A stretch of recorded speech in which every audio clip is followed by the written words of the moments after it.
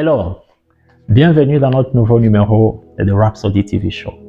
Je suis très heureux de vous présenter ce nouveau numéro sur le thème « Il a présenté son sang » tiré d'Hébreux chapitre 9 verset 24 qui dit « Car Christ n'est pas entré dans un sanctuaire fait de mains d'hommes, en imitation du véritable, mais il est entré dans le ciel même afin de comparaître maintenant pour nous devant la face de Dieu. » Les commentaires du pasteur dit ceci. Jean chapitre 20 versets 11 à 18 nous raconte l'histoire de la première apparition du Seigneur ressuscité. Après la crucifixion et l'ensevelissement de Jésus, Marie de Magdala s'est rendue au tombeau le 3e jour pour oindre son corps avec des aromates. Mais en arrivant au tombeau, elle s'aperçoit que la pierre qui recouvrait l'entrée a été roulée. Bouleversée, Marie court annoncer à Pierre et Jean, deux des disciples de Jésus, que quelqu'un a enlevé le corps du Maître. La Bible nous rapporte au 11e verset qu'après le départ de Pierre et Jean, Marie resta près du tombeau et pleurait. Mais lorsqu'elle se retourna pour partir, elle aperçut un homme debout qu'elle ne reconnut pas. Et cet homme, c'était Jésus. Il lui demanda pourquoi elle pleurait et elle lui expliqua de nouveau que quelqu'un avait enlevé le corps du Maître. À ce moment, le Maître l'appela par son nom, Marie, et elle réalisa que c'était Jésus lui-même. Folle de joie, Marie se tourna pour le serrer dans ses bras, mais il lui ordonna de ne pas le toucher et il lui dit pourquoi. Ne me touche pas, car je ne suis pas encore monté vers mon Père. Mais va trouver mes frères, dis-leur que je monte vers mon Père, qui est votre Père, vers mon Dieu, qui est votre Dieu. Tiré de Jean chapitre 20, verset 17. Cela signifie qu'avant qu'il ne racontât les disciples en Galilée, et bien avant que quiconque puisse le toucher, il serait monté vers son Père, en tant que notre souverain sacrificateur et aurait présenté son sang.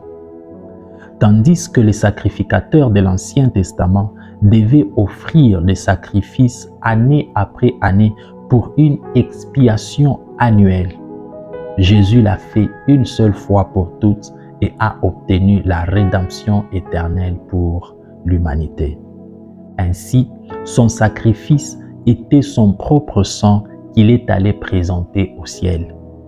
Son sang a été accepté comme lu dans Hébreux chapitre 9 verset 12 et il est entré une fois pour toutes dans le lieu saint, non avec le sang de bouc et le veau, mais avec son propre sang, ayant obtenu la rédemption éternelle. Dans le récit de Matthieu, lorsqu'il est arrivé en Galilée, la première des choses qu'il a dit à ses disciples a été « Salut ». Nous sommes dans Matthieu chapitre 28, verset 9.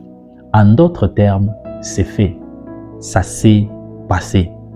J'ai versé mon sang et obtenu la rédemption éternelle pour l'humanité. Béni soit Dieu. Waouh! Quelle merveilleuse rhapsodie. Aujourd'hui, l'homme de Dieu est en train de nous parler de l'œuvre de Jésus-Christ qu'il a accomplie après sa résurrection.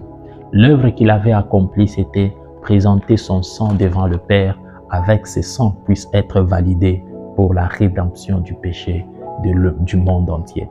Voilà pourquoi vous allez voir, dans l'ancien temps, il y avait un lieu qu'on appelait le lieu très saint. Et ces lieux-là, c'est les lieux où les sacrificateurs entraient pour tuer le bouc, pour tuer le veau, afin que le péché de tout Israël soit expié, soit pardonné.